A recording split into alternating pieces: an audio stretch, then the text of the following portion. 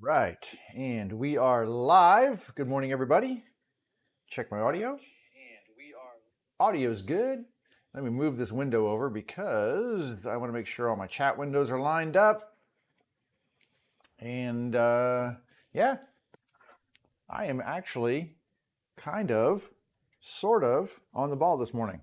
I don't want to jinx myself, knock wood, because half the time I'm like forgetting something and have to run around and everything else. But I think I gave myself enough time today to really kind of be ready to roll here. So good morning and welcome to my shop. I'm Jeff. And this is JR's Wood Shop, and it's a place where I mostly just make stuff like this, um, which may not be fascinating for some or most of you.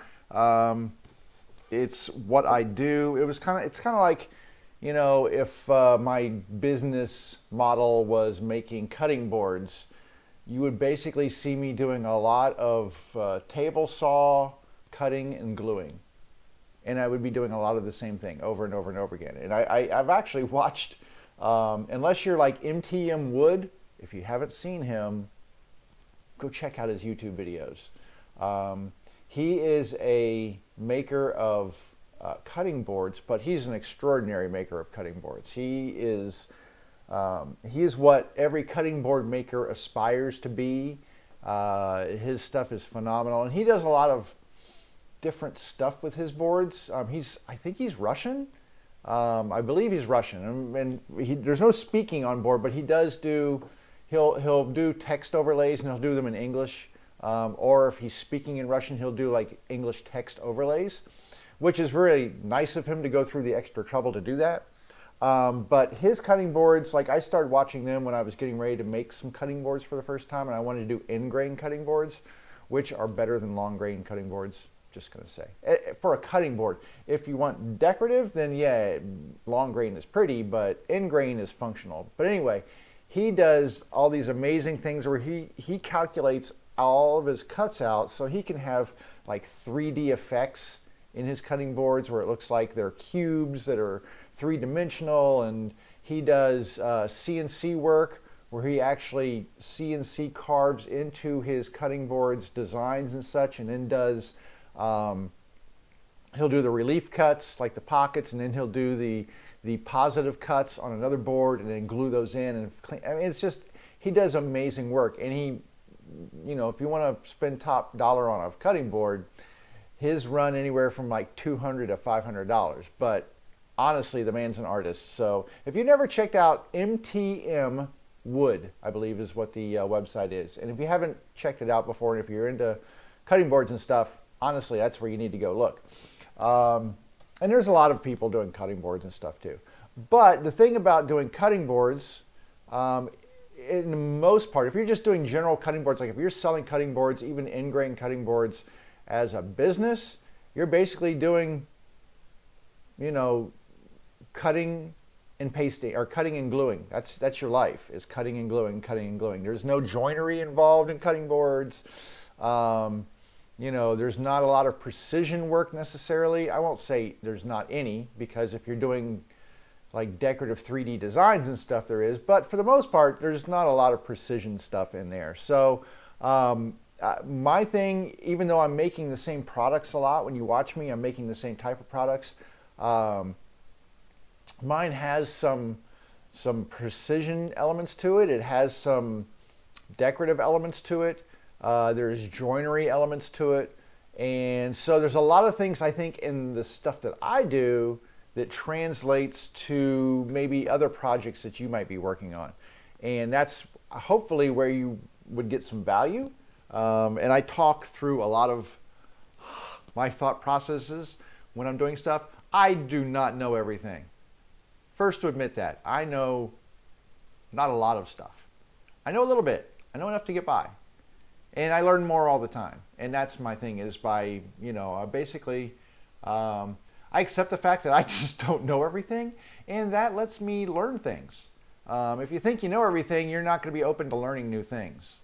And my whole thing is I like learning new stuff and learning new techniques and things like that. So when people comment and talk to me about stuff they've done or different ways they do things, I love that because you know there's especially in woodworking there is more than one way to do almost everything.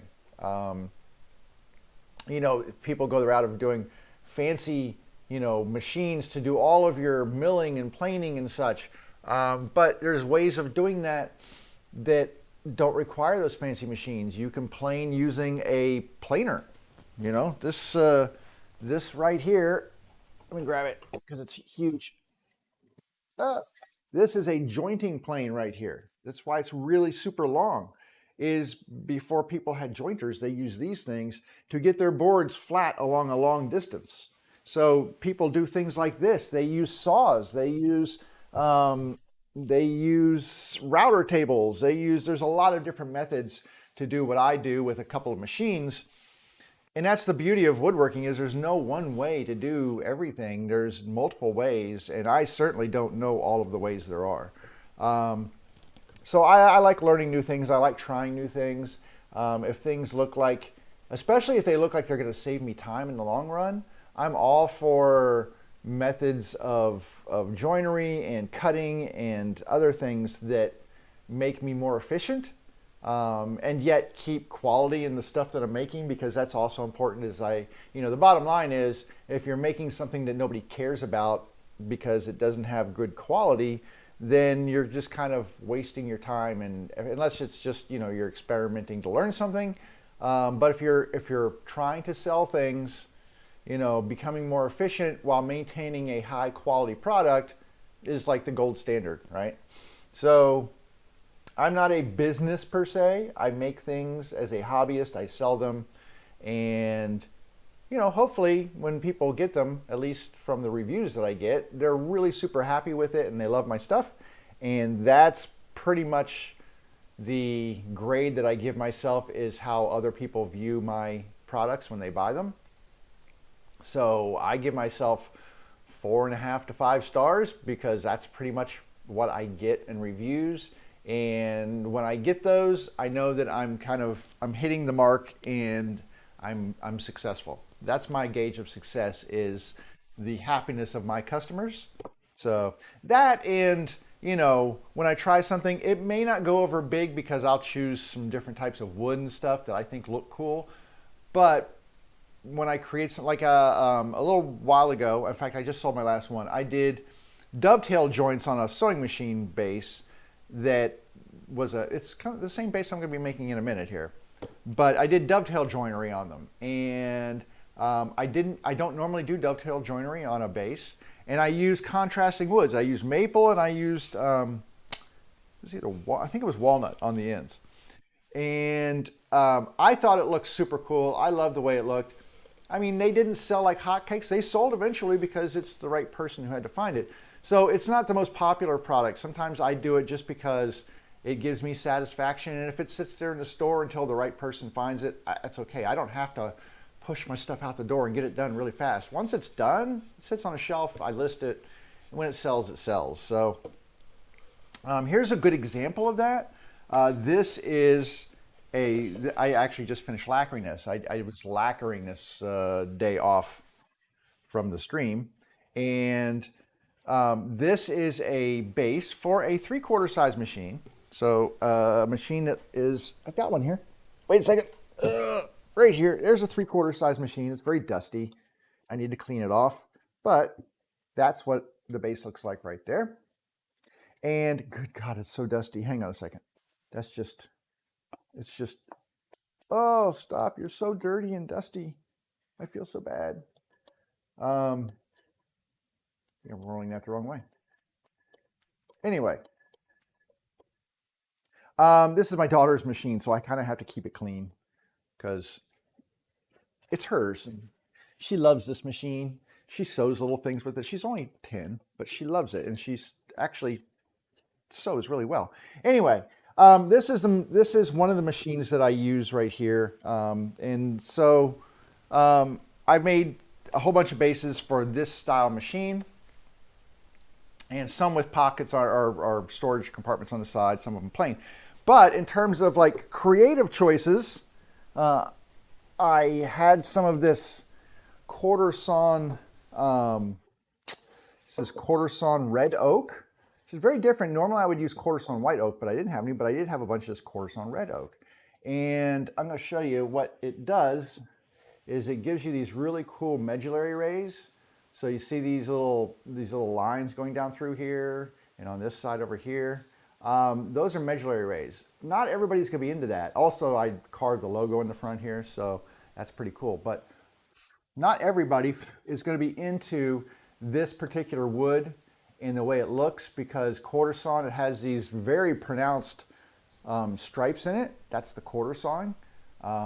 It's very stable, but I think it's a beautiful kind of wood. And the way I did the finish on this was a two finish process where I applied a dye stain for to highlight these medullary rays, and then I did a stain over top of it that gave it its darker appearance. Anyway, not everybody's going to be into this, and that's okay. I'm all right with that. I think it looks cool, and like I said, if it sits on the shelf for a month, it's okay. I move on. But I also take into account that, hey, if I want to sell stuff, you know, I kind of make mental notes on what sells really quick and why did it sell really quick. Is it because it's the design, or is it because it's the wood and the finish, or is it because it's the design matched with the wood and the finish? So I kind of keep mental notes on what sells and stuff. I don't lock myself in. I'm not afraid to try new things, but I also know where my bread is buttered. And I don't abandon that just to make stuff that makes me happy, because I can only keep so many of these things around. So I make them to get rid of them. I don't need them in my house. I need them to be sold. So it's kind of like cutting boards. How many cutting boards do you need? After you've made yourself a cutting board, you really don't need any more cutting boards, unless you're going to be giving them away for gifts and stuff. These I don't gift, because, you know, how many people actually have antique sewing machines to put into a base, you know, as far as your family members go. So these are all for sale. And that's what I focus on when I am doing my wood projects, is stuff that that sells. It's very niche, however you want to say that word. But because it's niche, that means there's not a lot of competition in the space. I think I can count on one hand the number of people I've seen actually making these and giving product availability. There's a couple of people on Etsy. There's a couple of people on Facebook. And that's pretty much it. There's not a lot of this stuff being sold. And so that means that there's a higher probability of me being able to sell my products. If you want to go buy a cutting board, if you say like, oh, I'm going to get into cutting boards, and I don't mean to pick on cutting boards, but it's a very common woodworker project to sell. If you're going to be making cutting boards, go on to Etsy and look up cutting board, right? And you'll find there's a gazillion of them for sale. You can sell local market in Facebook. That's a little tougher to do. You might have a little more luck there, but honestly, selling cutting boards is, unless you've got like really unique designs and such, like the guy MTM Wood that I was talking about, unless you can really make some really unique designs and such, you're not going to move a lot of product probably. There's a couple of people who do it. Now I saw there's a YouTube couple who makes cutting boards, and they've kind of actually switched their focus to business and such. But they actually had a really good idea with the cutting boards, in that they tapped into the real estate market. And what they were doing was, a lot of times realtors, when if you buy a house through a realtor, the realtor will give you like a housewarming present, right? Kind of a thing, because they're making a buttload of money off of you, right?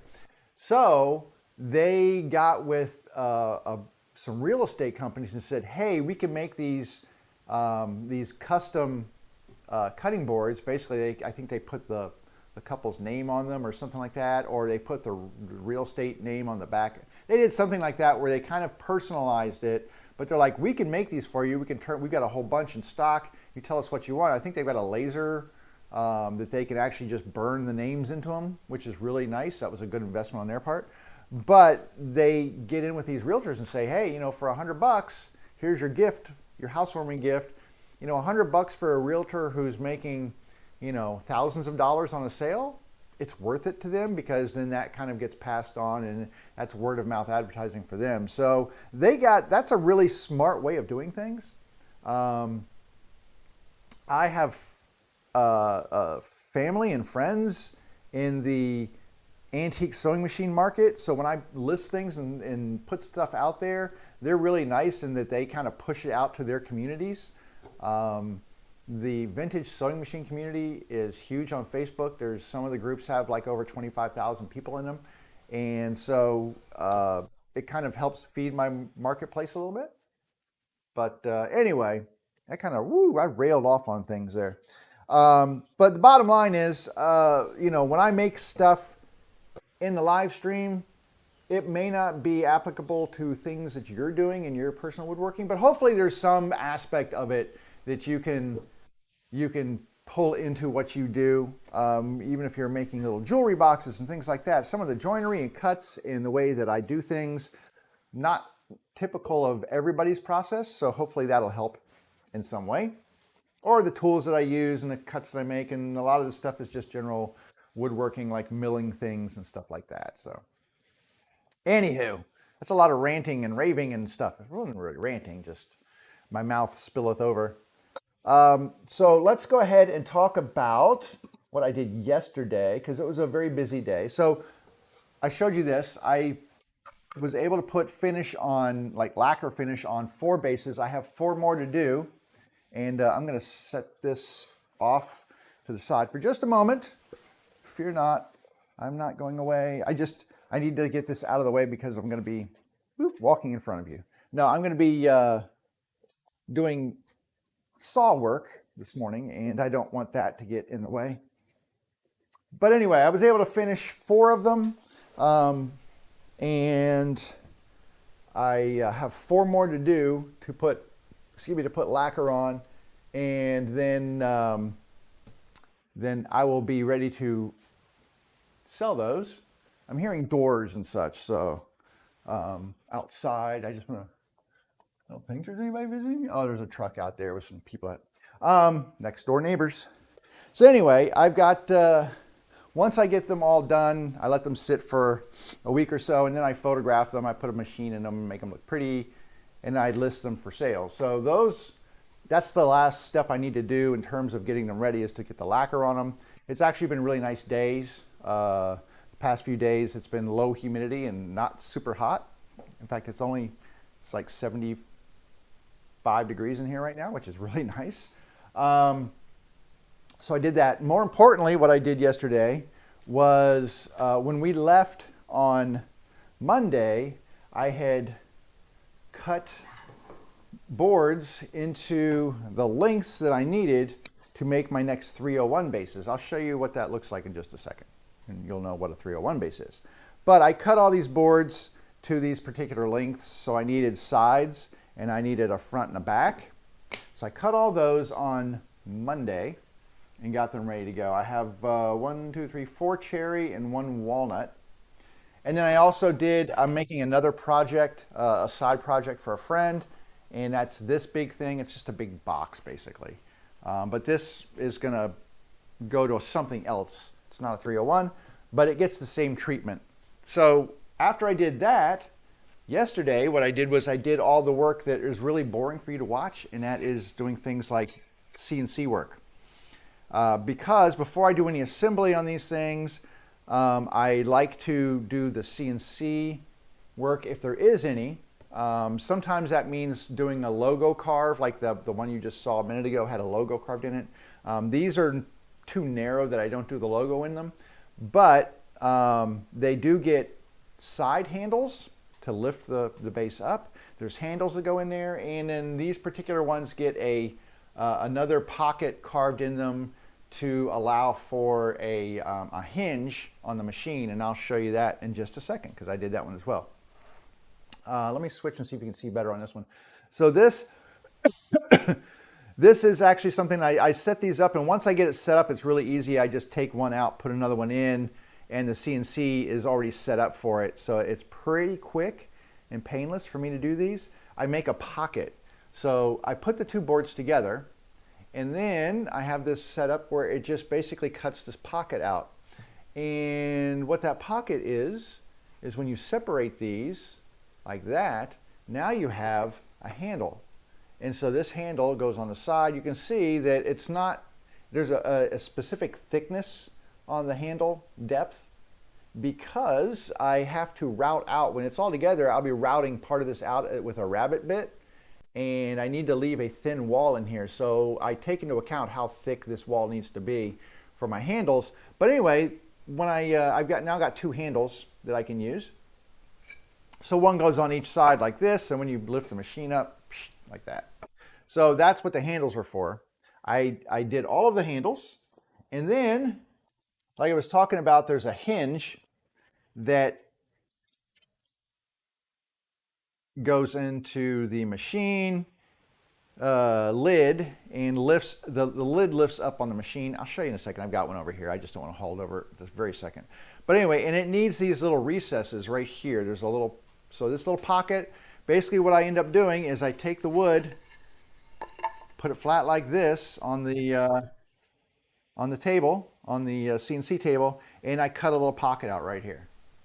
And it goes right between the two. But when you pull it out, now this one goes on this side, this goes on this side, and that becomes a pocket for this hinge to set into. Now there's going to be a big rabbet cut all around the perimeter here that the machine's going to sit on. But I did all those cuts too. So let me go ahead and pull this over here and show you so you can get a little bit better idea what I'm talking about. I've got one where I actually did the joinery cuts on here because I needed to test my measurements and make sure that everything was good. Be really careful with this so that I don't drop it, because it's not glued together.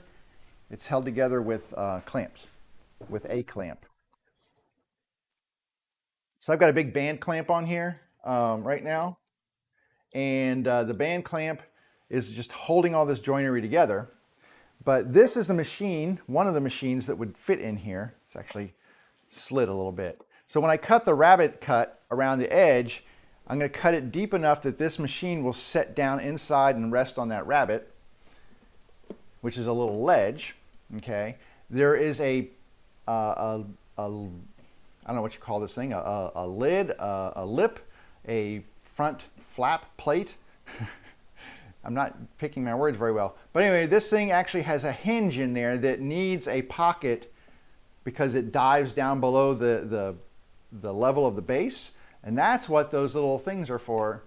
If you can see that. Let me get this board out of the way. This board has nothing to do with anything. It's just an extra board.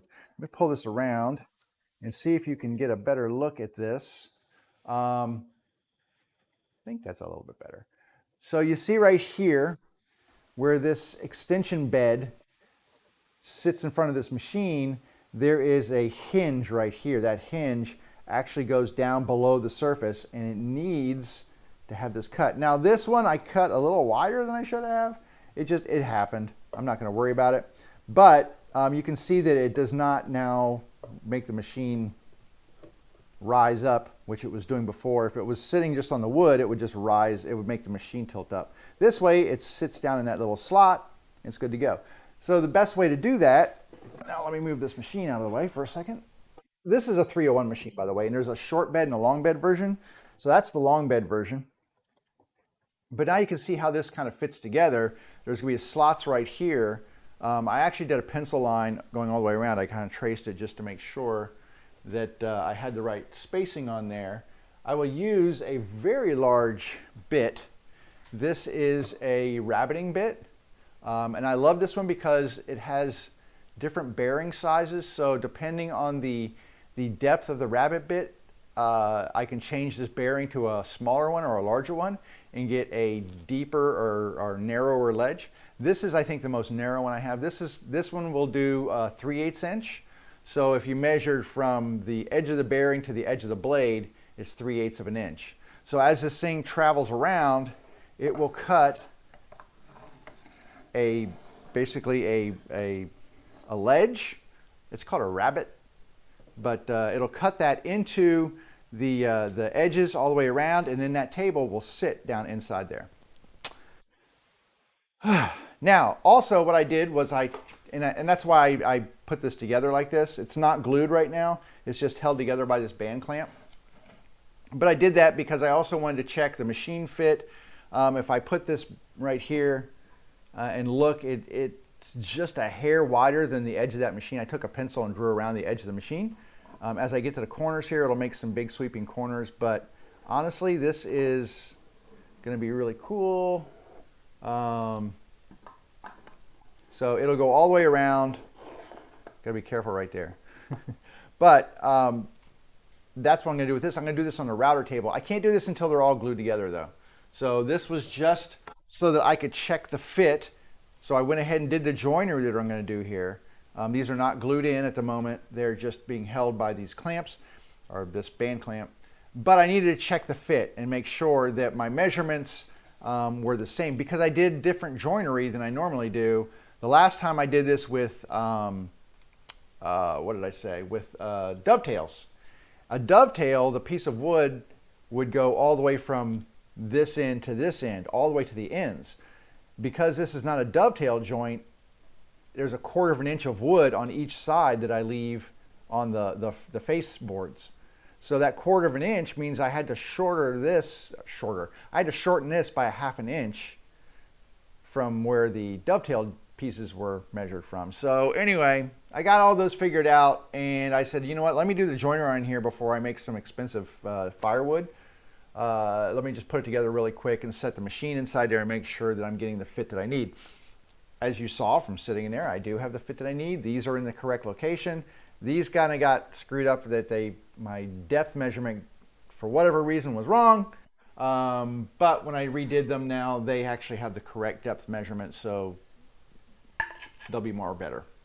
But now that I know this is good, I can go ahead. I did all the cuts on the CNC, and now I can go ahead and do the cuts on here. So I'm going to take this one apart so you can see how this is done.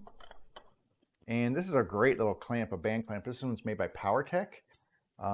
It's really nice.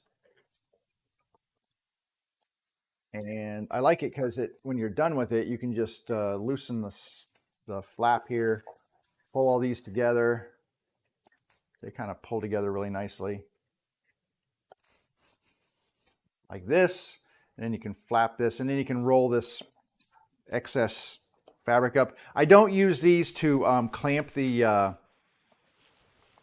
clamp them together because I need pressure going in. So I use long clamps for these when I do the actual gluing, because I need pressure pushing in on these boards, which this doesn't do. It just kind of holds. Like if this was if I did these on a 45 kind of thing, then it would be fine. But because I need pressure on the ends, I don't use this type of clamp.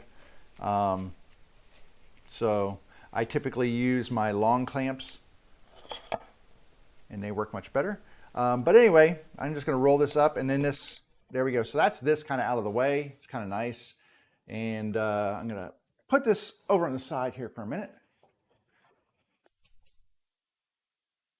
Okay, so what this consists of now is a really simple joint. Nothing gets done with these sides. These sides there's no further cuts made to these sides, right? But these get this type of cut in here. This is kind of a rabbet type cut. Some people might call it a dado, but it's not really a dado because a dado would go through the wood and leave wood on each side. This is at the end. So more like a rabbet kind of cut, but it's cut so that these boards fit exactly in there. And the width of this is the depth of this cut. And I do this on the table saw. Basically what I'll do is I'll set up a 1/2 inch deep cut, and I just run this back and forth until I get it the exact width that I need. But when you put them all together, these get glued in like this. So everything gets glued in, and then these joints are super strong. If you clamp them correctly and give your glue time to dry, you've got a glue surface here and a glue surface here. So even though there's some end grain going on here, excuse me, the combination of these two sides and the length of the wood and everything with an appropriate amount of glue and pressure gives a really strong joint. And that's pretty much my traditional joinery for these things. This is how a lot of these bases were made years and years and years ago. And I kind of use the same joinery, and it works really well. As I said, I do a rabbet cut in the top for the machine to set in, and then I will flip it over and do a rabbet cut, a smaller one, like a 1/4 inch cut around the bottom, and then I insert a base into that. It's just a plywood base that fits into that. So that's really simple to do as well. I'm gonna have to buy more plywood. But anyway, so today what I'm gonna do is I'm going to do the joinery cuts on here, which is these cuts right here. These are pretty simple to do. The big thing I try to make sure is that I have my sides labeled so that this corner is used to measure how far in I need to cut this. Because even though I try to get these all correct, this corner might be a hair over this corner or a hair under this corner. So basically what I did was I wrote the letter A on here and I wrote the letter A on here. And then I know that this piece of wood matches up with here. I did the measurements off of this piece of wood for this corner. The same here, this is B, this one's labeled B, and this one's C, and this one's D, so that I know that those are all matching. So when I get ready to actually glue this together, I will match those letters up so that I know where they go. The other thing that's really important, and this was a step that I took yesterday before I did these notches in there, is I needed to find out if my, not if, but I needed to find the pretty face, right? There is a front to these. So as you're sitting at the sewing machine and the front of the bed's here and the main body's here, this is considered the front, this is considered the back. So I chose the piece of wood that I think would look best after it was stained, which has good grain patterns to it and things like that, so that, like this one right here, has a really nice kind of a grain pattern to it. And I didn't want like a plain piece in the front and a pretty piece in the back. You always want your prettiest piece of wood up front. So I made sure that I selected that piece of wood when I was picking this out. And then the other thing is trying to figure out where the top and the bottom is, because that's important. So I wrote an F on here for front, and that way I know that this is obviously this way is up, and then the back. But then also to make these cuts, I needed to do, you can't just lay it down like this to make the cut, because, well, that's going to be the bottom of the base. So you can't lay it like this, because, well, that's the outside face and it needs to be on the inside. So I kind of had to figure this out, where I was like, okay, this is the front, this is the back, and then you flip the boards like this so that you get this cut in the right location. It's not brain surgery, but it's certainly one of those things that you have to think about so that you get your cuts in the right spot. And that's really important. No matter what cut you're doing, you always want it to be in the right spot. And I sometimes have a tendency to get ahead of myself, and then I come and pull my boards up and I'm like, oh crud, I did the wrong side, or so having a little patience and paying attention to what you're doing goes a long way. But also a little pre-planning, I guess, is my big point, is pre-plan your cuts so that you know which side of the wood is going to be the outside piece of wood and your face of your project, if you will. I'm going to move this machine out of the way for a second because we don't need it right now, and I'm running out of places to stick machines at the moment. And I need to set up for using the table saw. So let me loosen my clamp here for the dust collection, because like I said, I was over here at the CNC table. So I need to kind of rearrange, and that means setting up dust collection over here. So dust collection in, I need power, and then we'll switch over to the other camera view here so you can see where I'm at. Let's see, I think that's camera 3. I have that position there. There we go. So camera 3 is our saw cam for the day. All right, now I have all of my stuff in here. I use a fence to push my boards through. This base right here, which is not a 301 base, This is the one, it's a special project that I'm making, but it's going to use the same joinery. So I'm going to go ahead and do the cuts for these, and you can see I cut handles for them. So even though they're wider, like this is the 301 piece of wood, so you can see this is, you know, not nearly as wide as this. But I did the same handles in here because when it's all said and done, I still want this to have handles. So I'm going to go ahead and use these.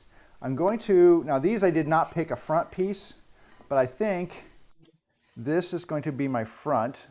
So I'm going to just draw a nice F on here so I know that this is my front. And then my back piece, this has a little knot in here. There's a knot in the piece of wood. So I'm going to make that the interior of the box, and then we'll make this the exterior. So I'll just draw a B on the back here. And that way I know that this is the back, this is the front. And then I need to align these so that when I do the cuts, now this is already set up for 1/2 inch, by the way. So my saw, I did not change my saw setting. It is set up to give me the depth that I need. So when I'm running this one's already done. So when this is running through like this, it gives me that exact 1/2 inch depth that gives me the 1/4 inch on the edge here. And that is already measured. So I'm not going to change that. What I do need to do is figure out which side goes where. So if this is my front, we're just going to quickly line these up here and set this up so that I can label these. And the reason, like I said, the reason I'm labeling them is so that I can make sure that I have the same sides fitting together. So I'm going to say A and B, and then this is going to be A and B, and that's C and D. So I'm going to say D, C, and then I have to write C and D. It's a little much, but in the end, like I said, that little extra effort of doing that gives me a better fit, and just I think it works out better. So anyway, what I'm going to do now is figure out where my cuts need to be. So I'm going to put this stuff on the side for the moment. And I need to figure out, I'm going to start with this board right here. I'm going to make these cuts. I need to figure out how far over this goes. And the easiest way to do that, I'm going to take this side labeled B. That's this one, if I can get it. This is side labeled B right here. I'll take that B side and I'm going to put it right up against there. I'm going to take my pencil, there's a nice piece of lead in there, and I'm going to draw a line right here. And this line lets me know that's how far over the cut goes. So I'll remove all of this material right in here, but only up to this line, because that's going to give me the thickness of that board. For the A, here's the thing. As I run this through, I can see that line, that reference line, as I'm pushing this through. I can't just make the same mark on this side, because then as I turn the board around, because I got to keep it inside down, well, now that mark is against the board here. So I have to flip this around when I'm doing these. You have to kind of keep that in line. You have to flip these around. I'm going to take the A, this is my A side, this is my A side, and I'm going to make the same mark over here. So I make that mark on here, and now I've got my marks. So no matter which way my board is turned, if I'm doing this end or this end, I always have a mark here, and I have a mark here. And that just makes life a lot easier. And then all I do is, like I said, I run through, and all I'm going to do is just push this through and remove this wood, and then get right up to that line, cut right to that line, and that should give me the perfect depth for this cut. We'll just do it, and then it'll hopefully make a little more sense to you. I'm going to look for my ears here, and turn my computer this way, just so I can see. If you have any questions or whatever, feel free to drop them in the comments. And I'm woodworking, so I won't be constantly in there, but I will check it as often as I can. All right, the last thing I need is my remote. I think I left it over here. Yep. So I've got my remote from my dust collector. By the way, these are really cool. If you ever, it's just a simple on-off remote, and then I have my dust collector, which is basically a shop vac, plugged into an outlet that actually, the outlet has this little box plugged into it, which is a receiver. So that controls the flow of electricity. So it's really nice to get a remote, and then you don't have to always run over and turn your shop vac on and off with your hand. You can just keep the remote with you and cut down on your footsteps. Unless you're into footsteps, and then, you know, don't use the remote. Walk over and get your steps in. All right, I'm going to make some cuts here, and then we'll kind of show you what that does.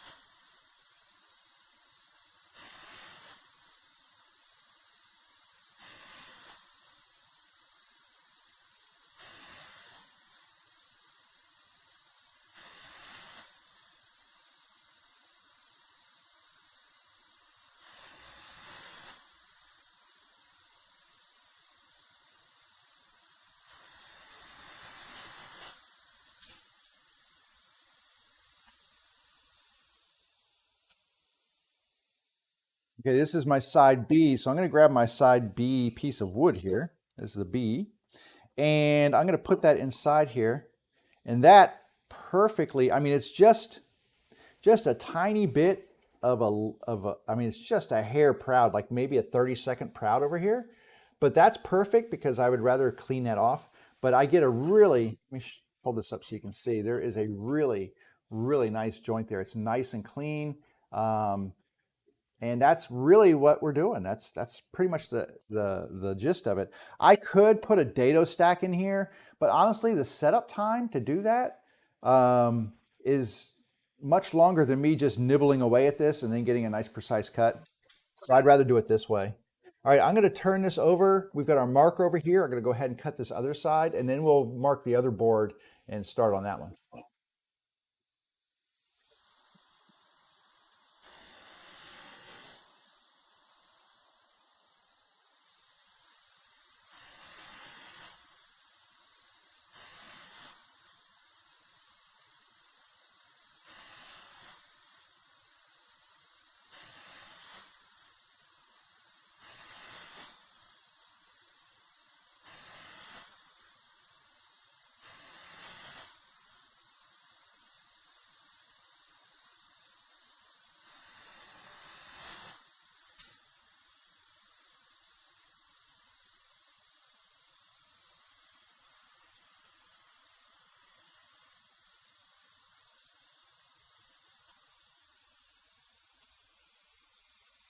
Okay, and that's basically one side done.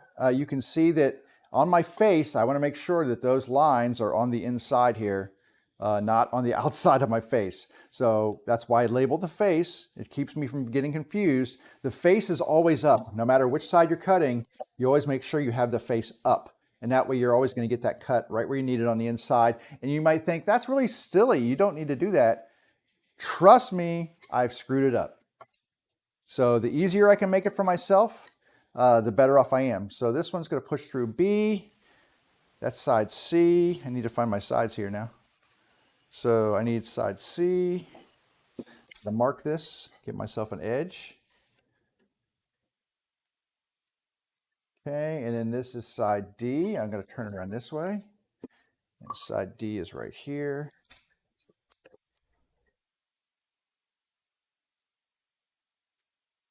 I mean, this might be overkill, but you know what?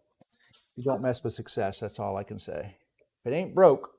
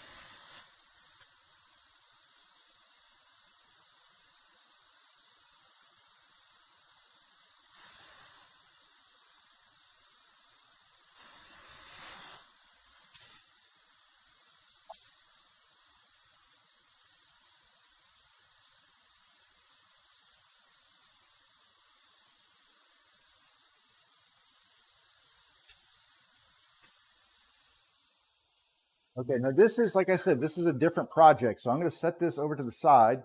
Um, and then before we do any gluing on these, I have to actually sand the insides because it's just easier to sand the insides before they're glued. Staining is not such a big deal, but the sanding part, because I use like a random orbital sander, just getting it inside those areas, that might be a little easier because it's a bigger one, but still it's just easier to just do a couple of grits of sanding before you move on. Okay, this one's done. So I'm going to need to move this over to the side here. I don't want to get it confused with my others. This big board needs to go into my wood pile because we're not using it. All right, let's get this one right here. And like I said, basically the same process. I'm just going to go through, I'm going to label these. I'm going to set it up real quick. Just set it up. It doesn't have to be perfect, just the handles on the outside. And then I've got my front and my back like that. I'm going to label this A, B, B, and then C and D.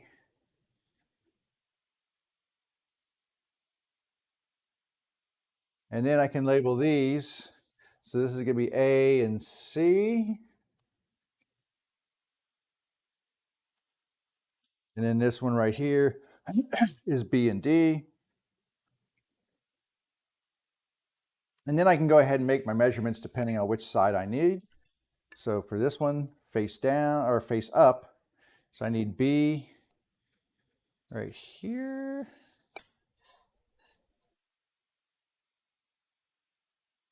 And this will be the process the entire time that we do this. And then this is going to be A.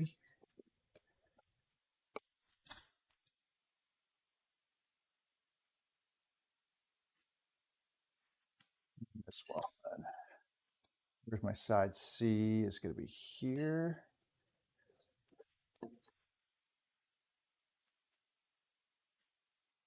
And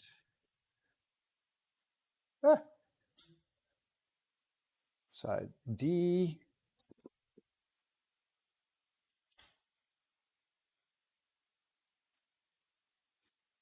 All right, I've got all of those joints labeled. And now we can just go ahead and start in on our cuts. And that's basically just kind of cruise from there. I'm going to have 1, 2, 3, 4 of these to do. So it's going to take us a little while. So just kick back, bathroom break, beverage, whatever you need to do to keep yourself happy.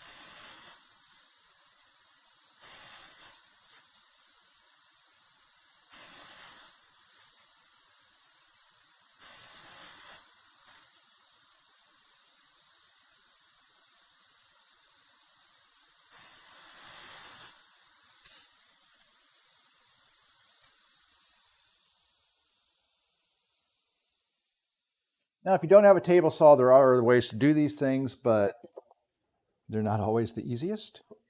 But you could make these cuts with a handsaw, kind of like doing, if people get into hand cut joinery and stuff, you could do all these with a handsaw. You could do these with a band, or if you have like a bandsaw, you could use a handsaw, a bandsaw. As long as you can be accurate with your cuts, I think that's the big thing. Is you just want to have accuracy in the cuts that you're making. So give yourself one, two, all right. Give yourself your best chance of success by being as accurate as you can be. Okay, here's my front and my back. That. And then I'm just going to put these here so I can label them. Okay.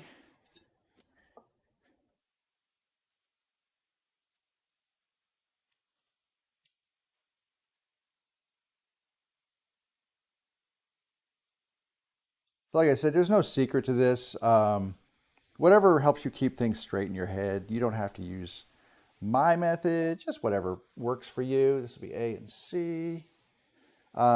It's just, like I said, you just want to kind of keep things straight. You may not even need, you may use the same block to set up your cuts for everything, and that's okay too. Like I said, this is just the way I do it, not necessarily the way it has to be done. I need this one. So for D, I will say that using the wood as your measurement for how thick your cut needs to be, even if you use the same piece of wood, if you cut all your pieces of wood the same, it should work. But using the piece of wood to make the cuts is a really good idea to make those measurement marks, because it's going to give you a very accurate representation of how far you need to cut that piece of wood. Okay, measure A. So I've got this one here. I'm going to have to put a new piece of lead in my pencil here because it's getting kind of low and it won't stay out. All right, and this is going to be B.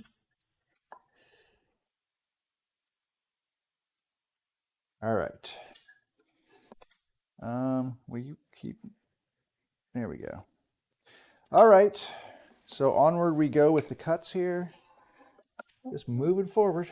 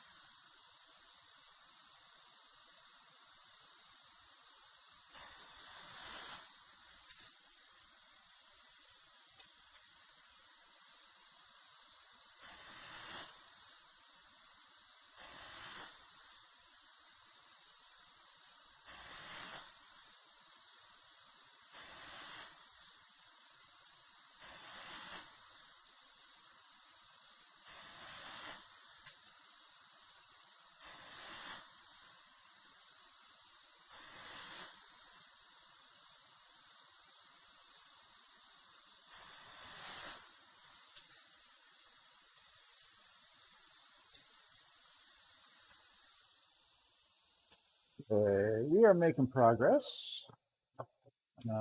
This is one of the only one I'm doing in walnut, and I've already established a front and a back. So let me establish one side here and one side here, and start labeling these.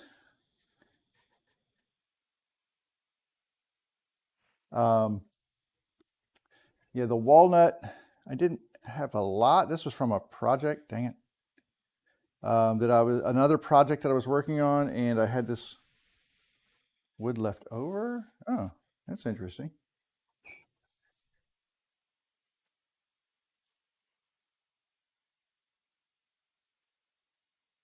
Oh, okay.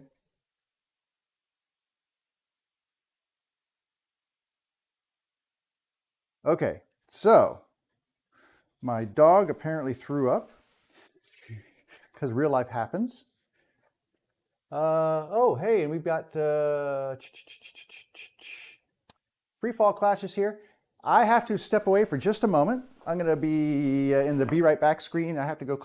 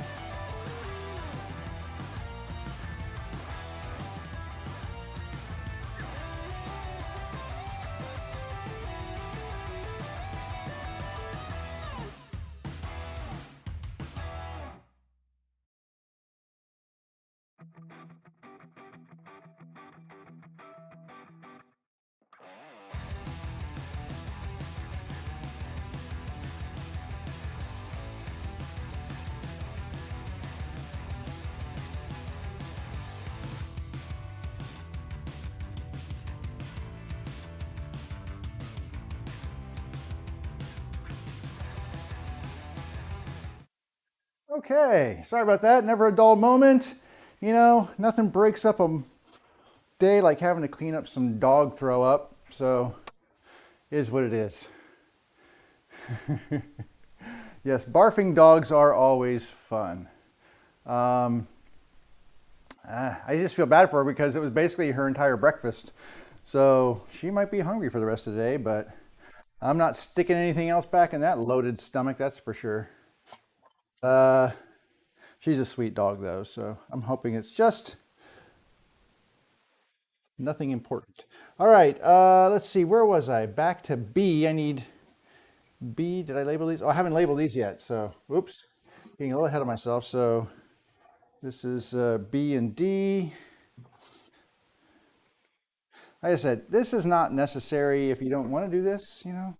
It's just, it keeps it straight in my head. And when you're batching a lot of stuff, keeping things straight in your head sometimes is the most important part.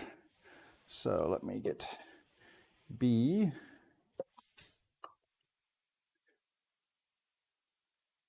Make sure I get, because I was using, I'm going to go ahead and get D side here.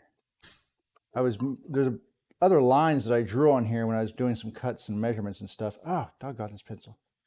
Great. Just ran out of pencil lead. You know, nothing's easy. Nothing's easy. Oh, hang on, I gotta grab another pencil lead here. Out of my pencil lead drawer. There we go. Anyway, I was doing some other measurements and stuff on here, so I'm trying to make sure that I can see these lines and I cut to the right line. Okay. These are really super thin pencil leads. They're like 0.5 millimeters. So let me see if I can get this in without snapping it. Success. All right, much better. Now we can get this line drawn. Okay, it's for B. And then we need the other one here for A.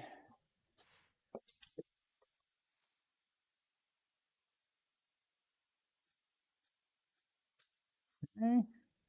And we're going to need the C side, which is here.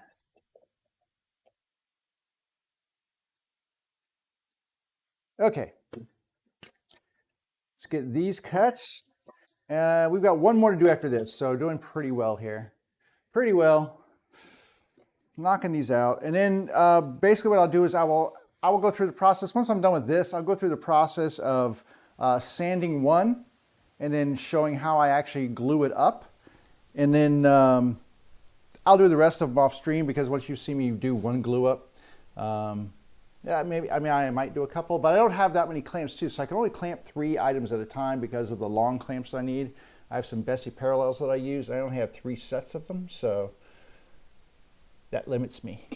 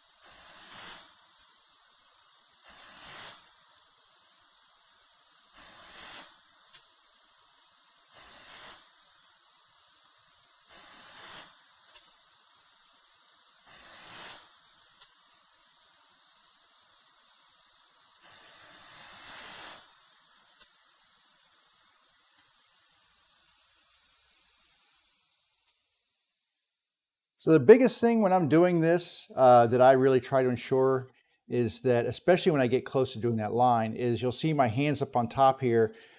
The blade, I've got a line right here. I know where the blade comes through, right? So there's nothing behind that. My hand is on the handle here. It's always on the handle back here. You can see there's a handle on this thing. So that hand stays there. This hand, as I'm feeding it through, I keep one hand, my 3 fingers up here. These are pushing, and then my thumb is on the back, and I'm squeezing those together so that they are nice and tight. Because the one thing I don't want is I don't want this thing moving, right?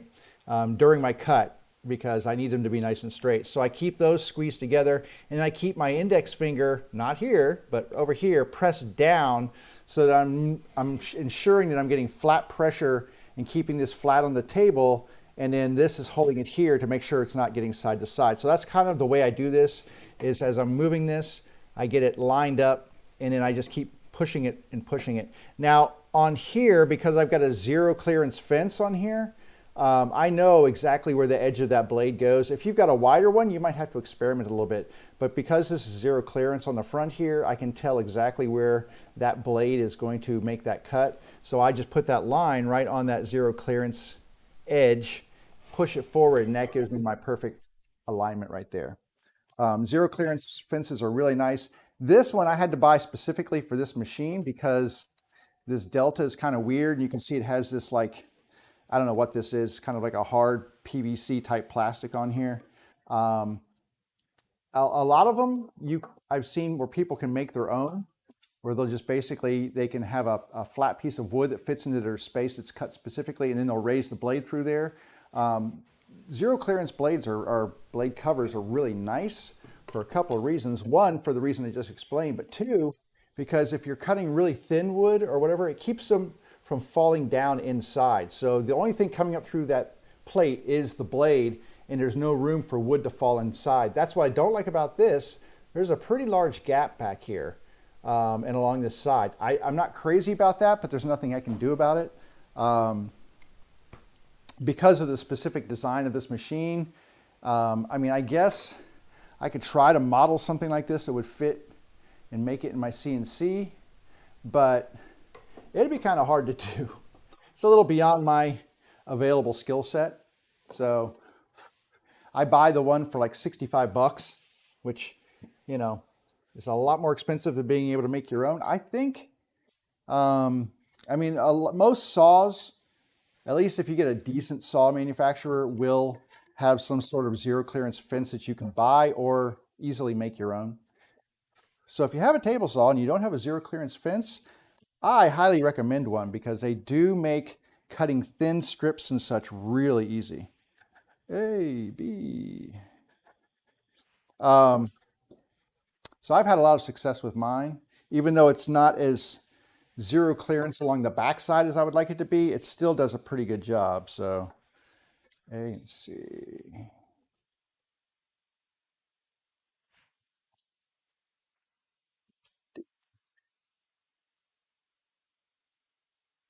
All right.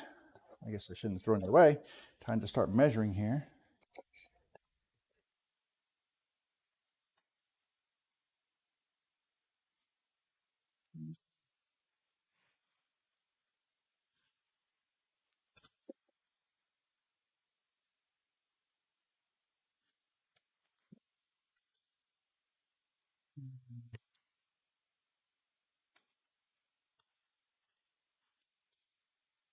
This is my last one.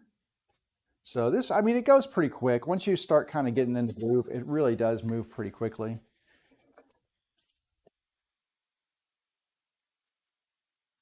mean, a lot of these are really just kind of repetitive cuts anyway, so. Alrighty, last 2. And then we can move on to getting one of these kind of sanded and glued up.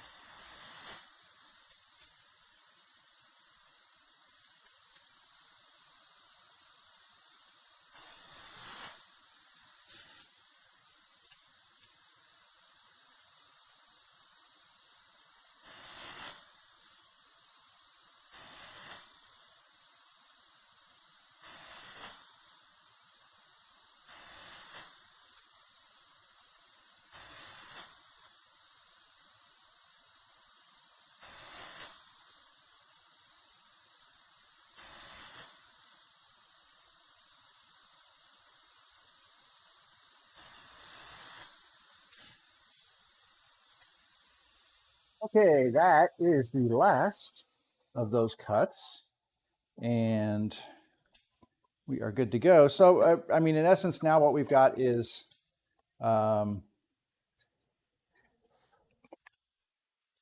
this, and then one more down here, and that is our bones, our skeleton of our base right there. So that looks pretty good. And you can see, I mean, it makes a nice thing. Now, I haven't decided yet. I think I will do a roundover on these once they are glued together. I just haven't decided how much of a roundover. I usually do like a big 1-inch roundover, but I think I might go a little less extreme on these. I haven't decided yet. Maybe like a 1/4-inch roundover might be something good that I would do.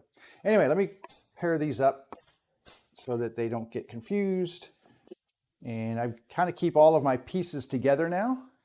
And then what we're going to do is step over to the other side over here. Take the hose out of here. I'm going to clean the dust up too. This makes a lot of dust when you cut stuff like that.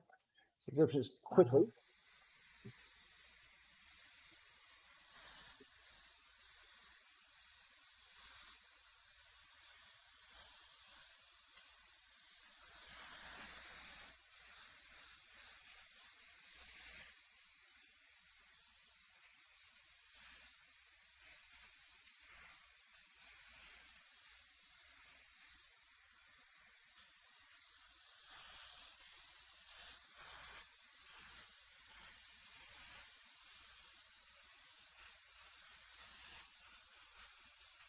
All right.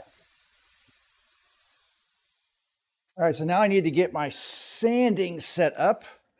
It's not really complicated. I just put the dust collector on my sander, and we need to plug that in. And then I don't go crazy with the sanding on the interiors. I just, like I said, I just like to have it so that it's at least kind of smooth. Not to the point like an exterior where it's going to get touched and such a lot, where I like those to be really, really smooth. So I'm going to get a brand new 120 and a brand new 150. It's probably the best way to go. And I'm going to do a 120 and a 150 on these. And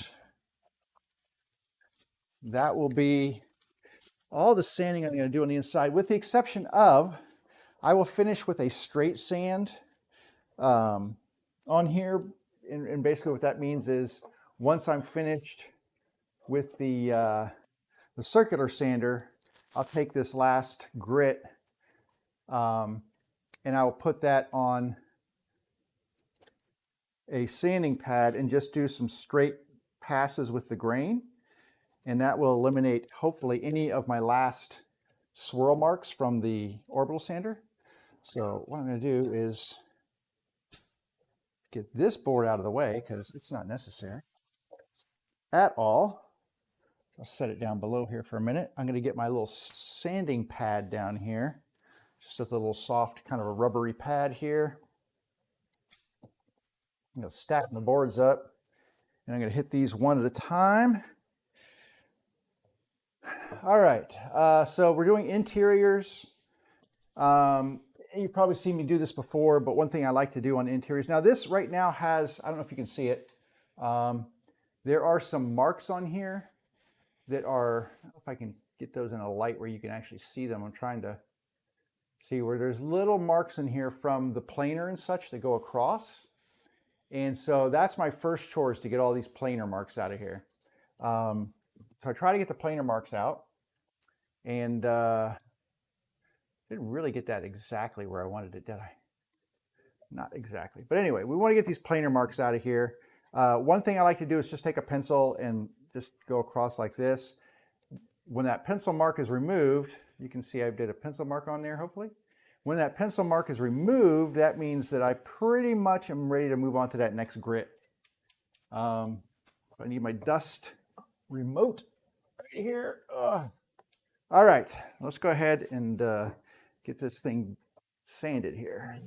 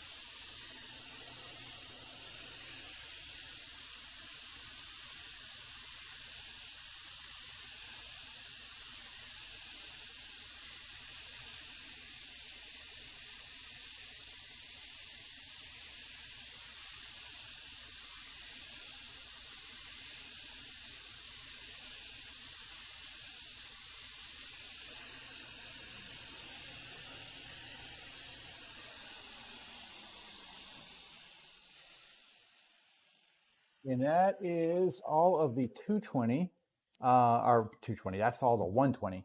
And you can see the difference, like if you look at the color difference in the wood, hopefully you can see that this is a little bit darker. This has already started to oxidize a little bit. So as I sand it, I'm just removing that top layer of oxidation. Cherry oxidizes, not like drastically, but it does get a little bit darker. I mean, you can see that it's darker on this side than it is on this side because this has been exposed to air longer than this that I just took off that top little surface area of. So cherry does that, but I think it actually gives cherry a really pretty look to it. But anyway, we're going to move up to a 150 now. We'll do the 150 on here, same process, just put the line on here. The line gets easier to remove, the pencil line, as you move up in grit.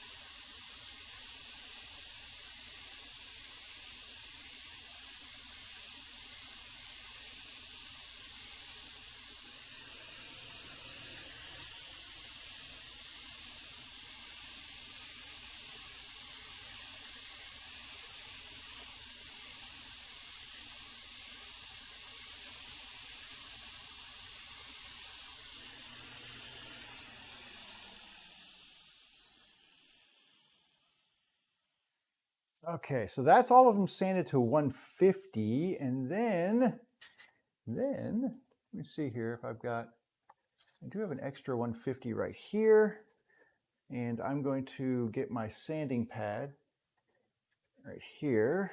Let's see what it has in there. So it has a 220 in it. So I'm going to take this 150 and put this in the sanding pad, and then just give this a couple of passes with that 150, which is the last grit I used in the sander. But what that does is just basically ensures that I'm getting rid of any other swirl marks that are on here. And it gives me a pretty smooth surface. A lot of people only sand to 150 before they start finishing. I usually finish to 220, depending on the wood. Sometimes, like if it's maple, or not maple, yeah, maple's a good one, or walnut, I might take walnut to 320. And the reason is that I'm going to use an oil-based finish on top of it, and I may not put a top coat on top of that, so I want that to be as smooth as possible. If you're using something like a lacquer finish, it's like a semi-gloss or a glossy, or any type of a glossy, like a poly or anything like that, you don't necessarily have to have a really super smooth wood finish, because your top coat is going to smooth a lot of that stuff out and provide the really silky smooth feel to the wood. You just want a really good surface for that to lay down on. And you obviously you want to get rid of any sanding marks. That's kind of like the big thing with me, is sanding marks from the previous grits or from any milling operations, like from my jointer or my planer. You know, those are the biggies, is get rid of those marks. I'm gonna just dust these off.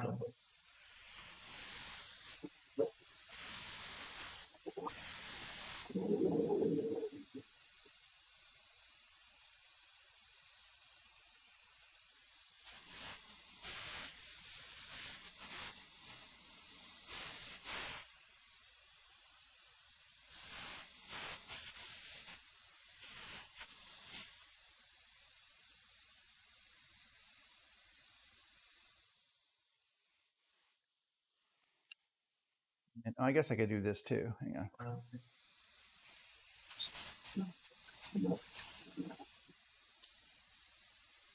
Always a good idea to clean your sandpaper off too, every now and then, just to kind of get the stuff out of the grit and give it more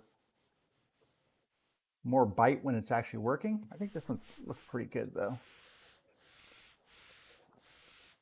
So I'm just back and forth with the grain a couple of times just to make sure that I get them as clean as I possibly can, clean of defects and marks and sanding, swirls and stuff.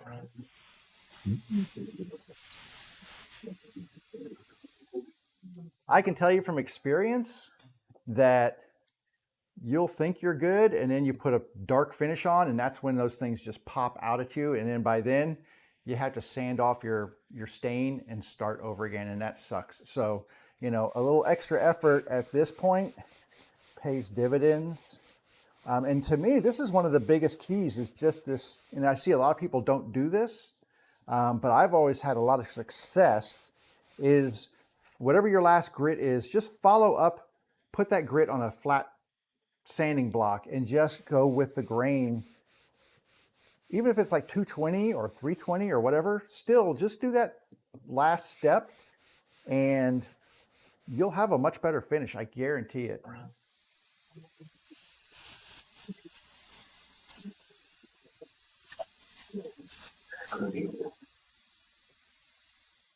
I mean, this is just 150, but it still feels really good. And it's really hard to see swirl marks until, like I said, until you lay a dark finish on, and then they will come out and haunt you. So a little straight sanding with your last grit. I mean, you can even go up a grit if you wanted to. I don't think it's necessary, but I could go to 220 if I wanted to right now. I don't have any 180. Should probably get some.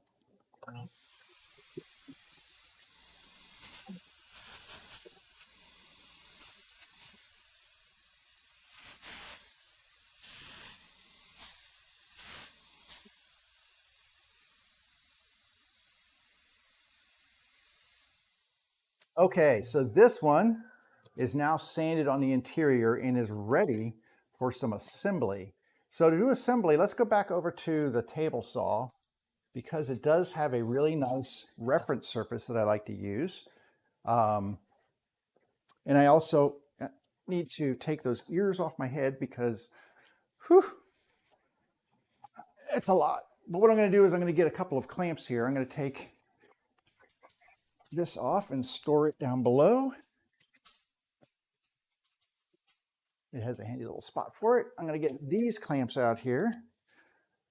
I'm going to lower, now that I've done all my cuts, I can lower this down. I don't have to worry about it needing that depth again. But now we can look at some assembly on these. So I'm going to get my sides, make sure I have them the right. Now this one's not nearly as critical, but since I've already picked which way is going to be up, I'll go ahead and try to orient them that direction anyway. This goes this way, and this one goes this way. And this is, let me slide this over just a little bit. There we go. Get a little bit more room over here. I will probably use this space here. Let me make sure that I've got enough Depth, these are good. Okay, so the last thing I want to do is look for any frayed edges from those cuts and clean those off. I mean, I can just use a little bit of sandpaper if you've got any stuff that's going to cause you issues after a glue up, right?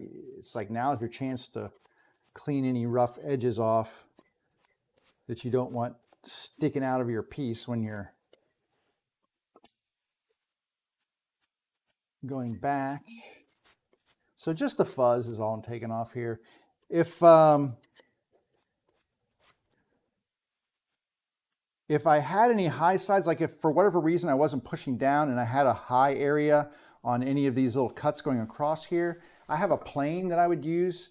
It's called a router plane, and I would use that to flatten those out and make sure that I have really nice surfaces. I did a pretty good job here. The blade that I use has a 3-tooth arrangement on there. So it basically has two blades that cant, one to the left, one to the right. And then it has a flat tooth blade. So the flat tooth blade is pretty nice because it leaves a pretty nice flat cut surface. A lot of times you'll see cuts if you'll get a V shape on there like this. And that flat tooth just puts that flat piece right in the middle of it and really kind of gives you a better finish to your cut, which is why I really like this saw blade. Trying to pick some glue out of here so I really need to get myself a new glue bottle. I don't know why I haven't done that yet, except that I'm just not in a place to buy glue. But if we can get all these big chunks of glue out of here, then we can get on to gluing up this project. This is always a pain in the rear. Always a pain. Just getting the old glue out to get the new glue. I need to get a new glue bottle because this tip is totally screwed up now. And so getting the glue to not dry in here is next to impossible. And hang on, I also have to probably pop this thing off with a pair of pliers and clean it out. Not prepared for that. Where's some pliers? Here we go. Ouch. So I'm just going to pop this thing off. Maybe. It's like suction glued onto here. Wow. Oh, there we go. The glue cap was glued to the other piece. Not good. I mean, I don't need a ton of glue here, but I do need this to be clear of glue so I can get some to come out. Oh, what a pain in the rear end. What a pain, I'm telling you. So I'm just trying to pick the old glue out of here, the dried glue out.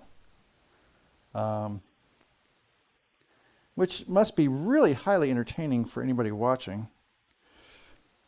But it's a necessary evil. Big giant chunks of glue coming out. Luckily I have this giant needle from like an industrial sewing machine that I use for grabbing this stuff out of here. Oh no, I lost it. Come back out. It's a big giant chunk here. If I can just get enough out of the way to clear the glue out of the tip, then I'll be in good shape. But, oh, there we go. Oh, that's a very giant chunk of glue that was stuck in there that was going to block things up for us. So now I think we're good enough to at least move forward here. Hang on a second. This is wanting to come off now. So if I can get this last big chunk out of here, then we can move on with our lives. That's all I want to do, man. Just want to move on with my life here. All right, almost there. I keep saying that, don't I? No, really, this time I mean it though. Seriously.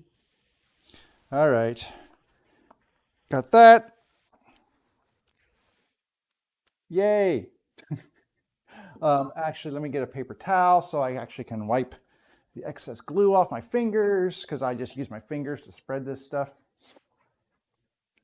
So I'm going to spread a little bit of glue on, if I can get the glue to flow. There we go. Put a little bit of glue on each of these little rabbit cuts here, and then I'll spread it. And I want to get the glue on this big surface, but also on the side here, because if you only get glue here and not here, you're not going to be successful. So don't ask me how I know that. We'll just take it as a truth. All right, and spread the glue up here. There we go. And at the end of the day, there's not a ton of glue on here. I mean, there's very little glue on there. It's not much. It's enough to really thoroughly moisten the entire piece of wood, so I get wood across the entire joint, but not so much that I'm going to get a ton of squeeze out, because squeeze out's just, you know, wasted glue. I have to get rid of it anyway. So I just keep putting more on here. So I want to see a tiny bit of squeeze, just so that I can tell that I'm getting really good joint closure, which means it's putting pressure across the entire joint to the point where it's, you know, the glue has now saturated. But you don't want so much that, you know, you've just got like a river of glue coming out your joint, because that's just wasteful. All right, speaking of, let me clean my fingers off here. And check this one, looks good. Okay. I think we're in good shape here. And this one's in good shape. So I'm going to go ahead and put these together now. Get my sides, make sure they're in the right place. And then I usually do like a two-step clamping process here. The first thing I want to do is apply pressure across this way, right on these ends, to hold it in place. And that's only temporary until I can put in the big clamps. So I'm going to put a clamp on here. And what this is going to do is it puts pressure on here, which clamps this piece in place for the moment. And as I lift it up or move it around, because I'm going to lift it up on top of these, as I move it around, it holds everything in place until I can get those long clamps set up on the ends. Because honestly, trying to balance this stuff on these it doesn't work. But these don't need to be perfectly placed right now. I will readjust them after I get the long clamps in place. So now what I do is I move one of these over, and I move one of these over until I get them set in the exact place they need to be. So here and here. These do not go to the very end. Hopefully you can see there's a little bit of that board hanging out. That end bit, that 1/4 of an inch, does not rest against there. The only thing I want this clamp resting against is this end board right to the edge of that joint we made. Then I'll take the other end of this and slide it in, and I get this lined up in the exact same position, and make sure I've got them right on that edge. And then I just apply some clamping pressure, not a lot to start with, just enough to hold it in place. Do the same thing over on this one. Get it right in that edge, and then get it so that it engages that parallel clamp. Okay, so that's that. Now what I'm going to do is take this off and readjust this so that I can get some really good side clamping pressure on here.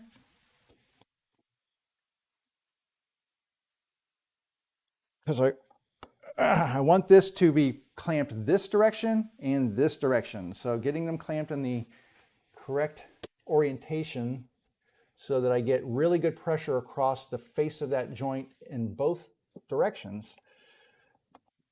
Like that. Okay, so now I've got clamping pressure this way. It's really tight. Clamping pressure this way, And then I'm just going to tighten these up just a little bit. You don't have to crush them because what will happen is if you do it too much, you'll bow the wood. And I don't want the wood bowing. I want it to be straight. And the way I check that is with my square right here. So I'm just going to set this inside and check to make sure that my corners are straight and square.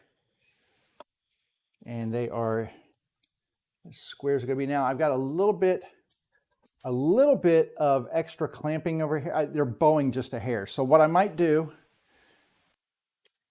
and there's not a lot I can do about this because it is such a wide base. This is not a typical base. But what I can do is just put a little bit of clamping pressure in the middle and bring those sides back in to the point now I'm very square.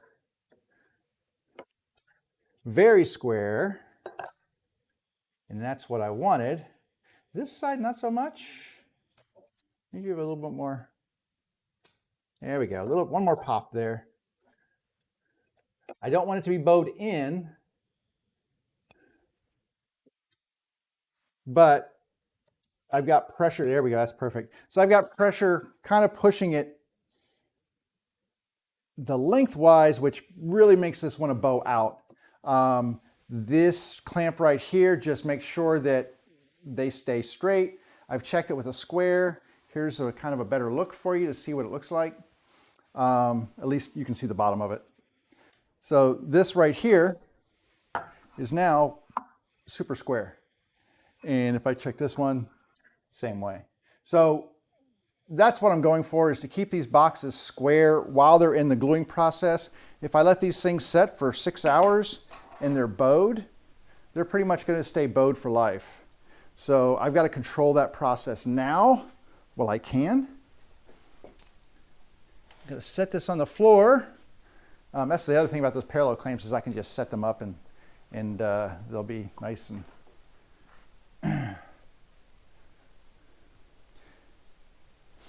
oh, all right. So you sand a 600 grit. I'm reading a Twitch comment, and Freefall Clash says they sand a 600. I don't think I've ever sanded any project a 600. I mean, it's what works for you.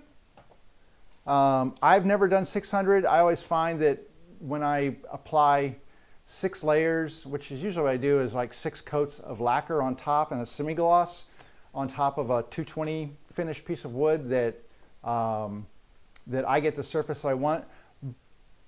That being said, if I was going to be applying like just an oil finish, like a Danish oil and nothing else on top, I would probably go higher grits, because I'm not going to be depending on that smooth surface of the lacquer. I would be depending on the wood. So 600 is not crazy extreme, I guess. The other thing I find with 600, like if you start getting above 320 to 400, you're closing off a lot of the wood pores. You're almost polishing or burnishing the wood when you get up to 600.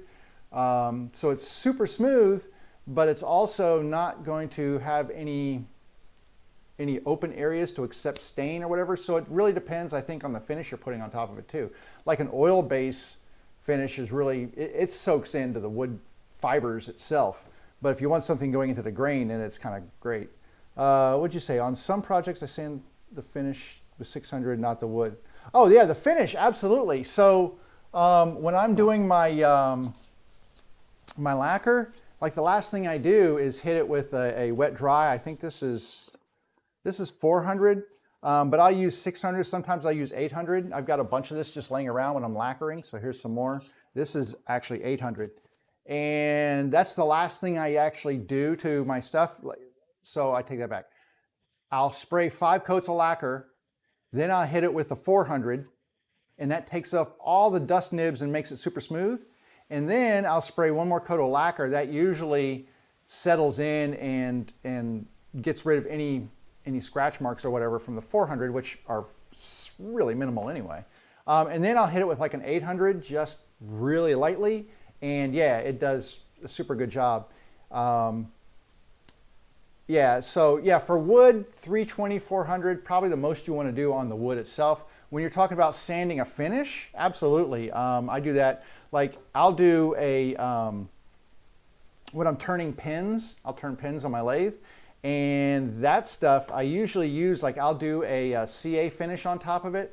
So you can do CA glue as basically it makes an acrylic finish. And I actually have pads that go up to like 20,000 grit. So you're basically polishing the plastic is what you're doing. So I go up super fine on some of that stuff. If I'm making a guitar and I'm doing a lacquer finish on a guitar, you have to sand that finish and you have to put a lot of coats down. So usually on a guitar, I'll put 10 coats of lacquer down, like clear lacquer. And then I start wet sanding it, and I'll start at 600, then go to 800, then to 15, and then to 2,000, then to 3,000, and then I go into polishes after that.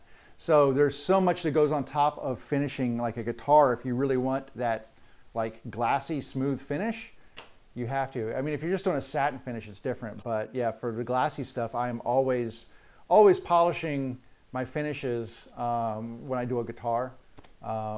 Which I haven't done. I gotta really get back into some guitar stuff. This stuff kind of consumes me, this sewing machine stuff, because every time I finish one, I get someone else going, "Oh, are you gonna make these?" And I'm like, I turn my back on money. It's hard to do. But anyway, I get a new bike on Friday, which I paid for by these things. So that's kind of cool. I get my new full suspension mountain bike on Friday. So it's hard for me to turn away money projects, but I do have a lot of projects I need to get to and finish that are not sewing machine bases, but they don't make me any money, so that's the struggle.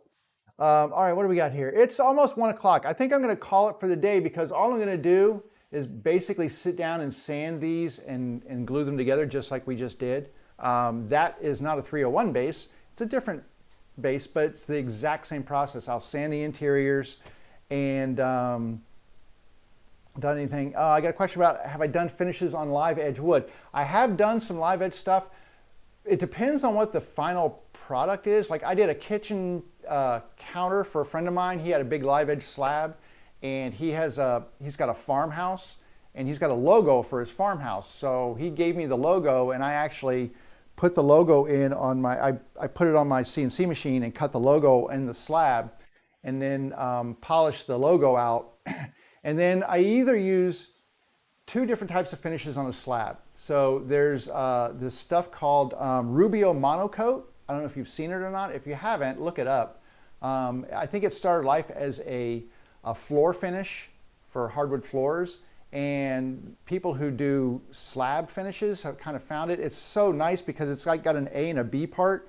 You mix them together, and then you just pour this stuff on, and you just use a squeegee to kind of just it molecularly bonds to the wood, and you're just squeegeed over the top of the wood, and the excess kind of gets done off the side. You can put a rag and do the edges and stuff, and it's a beautiful finish. You can get color finishes. You can do a natural finish. You can do like almost washed colored stuff. So think about hardwood floors, and I've seen people use, that's really super popular. I've got some Rubio that I've used for some different stuff, and it's very popular to do with slabs. The other finish that I've used is just a kind of this was a big maple slab I made for my friend. So all I did with that was I did a hand rub poly on there, and I thinned it out so it was like a super thin poly. So I think I put mineral spirits in the, took the poly, the hand rub poly, which is already thinned out from regular polyurethane. Hand rub polyurethane is actually a thinned version of regular polyurethane. And I got the hand rub stuff, and then I thinned it out even more, and I did a lot of coats with the hand rub poly, and that came out really super nice. It kind of leveled itself, and I would sand in between each one. So that kind of came out. I don't like to change the color and stuff on live edge stuff. I've got a live edge slab sitting over here. It's a cherry slab that at one point in time I flattened it. I've got a flattening sled, and I flattened it with my router, but I haven't finished it yet because I'm still kind of debating what I want to do for legs on it. I think I'm going to put some walnut legs on there. So I got to get some like 8/4 walnut stock to make the legs for it. But anyway, I will probably finish that with a Rubio Monocoat in a natural finish because it's super durable. You can reapply it over time if you need to. It's almost a satin finish. It's very, it's not glossy, so it's not something you'd want to use for that. I've seen people use like Odie's oil. Yeah, so hand rubbed, a lot of people love hand rubbed poly, and I found the hand rubbed poly to be really good. It came out and was a really nice finish on that slab that I did for my friend. And I was not disappointed. I think I've actually got, yeah, I got a can of it. I think this is the stuff I used up here. Let's see. Yep, right here. Just, I use this. This is like it was the Watco wipe on, it was the satin. I prefer satin finishes over glossy. If they made this in a semi-gloss, I'd probably like that better, but the satin wasn't bad. Sanding the live edge is your concern. So I use a couple of different methods for sanding.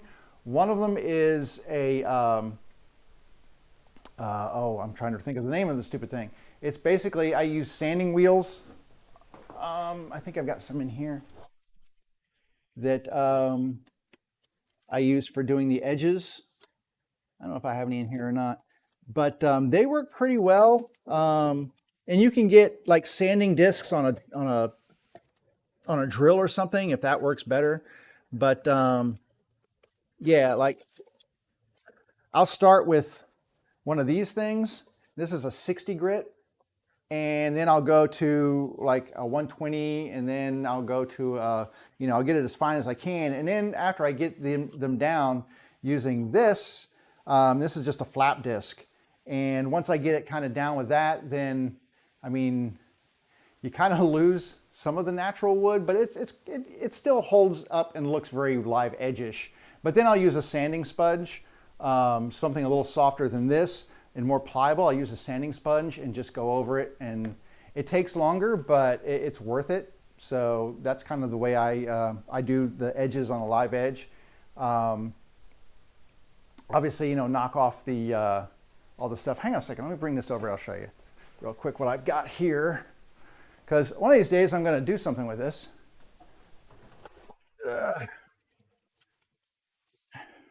One of these days I will do something with this big giant slab. So this, I'm going to move my chair back a little bit and move this out of the way. This is a live edge cherry slab that I got from my old hardwood place, and it's quite large. But anyway, he had these things sitting around, and it's a crotch piece and it looks amazing. And he had a whole bunch of these stacked up because they were sliced. And I think I paid 150 bucks for this, which if you've bought slabs, 150 bucks, which would be, I don't know, what is that in pounds? Like maybe 100 pounds in British sterling money. But that's cheap for a slab, and especially a crotch slab. So my plans for this, I've already flattened it so you can see the stripes on there. That's from my router plane. And I flattened this down to about 1.5 inches in thickness. So it's not super heavy. And it's got beautiful feathery crotch right up through here. And I'm gonna take this and put bow ties across here. So I'll put bow ties here just to keep these from checking any further and splitting. I have a little bit of checking here on the end, so I might cut this off right here. But you can see I still got the bark on here, so I have not done any bark removal up here. Some of it's kind of flaked off, but I'll basically take this bark with a chisel and remove the most of this that I can, and then I'll start sanding, probably like I said with the little flap sanders, and then go to a sanding sponge and then get it to my final. This is saw marks up here, so it's not going to be perfect. But anyway, this thing is beautiful. I haven't also figured out which side I want to be my top, although this is my better side. I think the crotch figure looks better on the back of this or on the other side. Hang on a second, let me get this out of the way. I think the crotch wood looks better on the other side, but it has a couple of issues on this side. And one being that there's a crack here, and then this crack in the middle here, and then I've got a crack over here. So these cracks are much harder to deal with, and what I'll probably do is fill this with epoxy. I will seal all these off and then epoxy all this stuff before I put in my bow ties, and or maybe after. I haven't figured it out yet. So I still have some work to do on here, and you can see I've still got bark on this end that needs to be removed if that end is still intact. But this will turn into a coffee table at some point in time. I just haven't figured out the legs on it yet, but it's a beautiful crotch. Oh, good, you're US, so dollars. Yeah, dollars for you. I do get some UK folks coming in here, so they're all about the how much in pounds and how much in millimeters. Which I don't use the metric too much unless I need to. But anyway, so that's my crotch piece I've got there. I've also got a very large slab. Well, it was a cookie from an oak tree, and I've got it in half. So it's kind of down here. I've already started working on the edge on this one. This is a tough edge to work on. Hang on, this thing is huge. This is a beast. This is thick. This is really thick. I've started working. I'm going to move this out of the way because I do not want to crush my laptop. But I've already started working on the edge of this one to sand it and stuff. This is a really difficult one. God, this thing is heavy. Because the grain goes this way, so getting it sanded smooth is kind of difficult to do.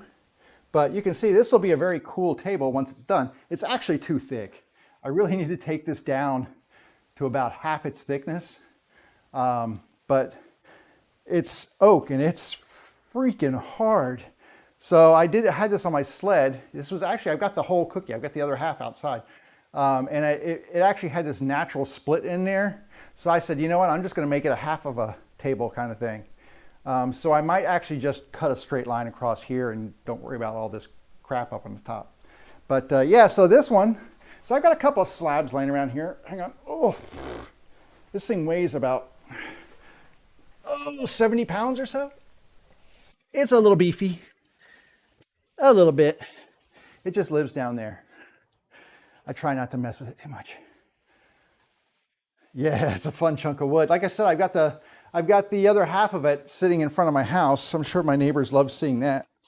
But I haven't even started to knock it down yet. So I've got to put it on the sled and get it flattened out. And like I said, they're so thick. My buddy had an oak tree come down in his yard, and this thing around, that's not even from the base of it. That's up about 4 or 5 feet up from the base, from the trunk. He had some massive, massive cookies on this thing. I had to go and help him lift some of them, and he gave me one. So that was really nice. So I didn't pay anything for that. Sooner or later, that'll turn into something though. I just haven't gotten there yet. So he made a square base for his to sit on and had a drawer under it and stuff, which looked nice, but I kind of like to do a little bit more creative stuff on mine. So I don't know. We'll figure it out. Yeah, that thing is covered in dust too. I am now supremely dusty. But anyway, yep. So that's what I use. And like I said, wipe on poly is a great. It's such a simple finish. I mean, it's like what it says. You wipe it on. I mean, it's the big thing is with the poly is this stuff says allow to dry and into a second coat. I don't know if they talk about. Yeah, see, the nice part about this stuff is that it's kind of like lacquer in that you don't have to sand in between coats. I find with regular poly, like spray polying stuff, like if I was going to be doing rattle can poly, I find that you really kind of need to spray in between those coats because they sit on top of each other. They don't melt down. Lacquer melts down. So the top coat in lacquer melts into the coat beneath it. So you don't have to sand every single coat, just basically like you said, the last coat or so. And that's what they say on here. On this stuff is basically apply the thin coats and then 220 sand it at the end, which this is satin. I would think if you're doing a glossy finish, you'd want a little bit more like a 400 or 600, like you said, would probably be more appropriate. But anyway, Yeah, wipe on poly is pretty good. It's not my go-to, but for some like slabs and stuff, especially when you need something that's like durable, you can't beat it for its durability. So poly is king when it comes to durability. That is for sure. It's more so than the lacquer. I just think the lacquer is a prettier, more manageable finish for me. So anywho, what do we got? 1 o'clock. I'm gonna go call it because it's lunchtime and I'm hungry. I haven't eaten today, so I'm gonna go grab some food, let my dogs out, make sure she hasn't thrown up anywhere else in the house. Poor thing. She's sensitive. She's a very sensitive Great Dane. She looks like Marmaduke, but she's a sensitive soul. So anyway, I'm gonna go check on her, and then I'm gonna come out here today and finish gluing, and tomorrow probably, and glue all these things up. And then Friday, we'll have a bunch of glued up stuff, and we can kind of get more towards more fun stuff. Like I'll be leveling these things using hand planes and stuff like that to get them leveled. And then we'll do some routing, because routing is a big part of this. So we're going to get the router table cranked up and do some rabbit routes. So that'll be fun. So, hey, thanks for stopping in. I appreciate you being here, and it's nice to have company in the shop. And have a good rest of your day. Enjoy your Wednesday, Thursday, and hopefully you can come back on Friday. And everybody else who's the silent people who are not talking but are watching, thanks for stopping in. I appreciate it. Everybody, be safe out there, get your shots, wear your mask, whatever's appropriate for you, do you, just be safe, all right? And then come back and see me because we'll do more fun stuff. So take care, see you later.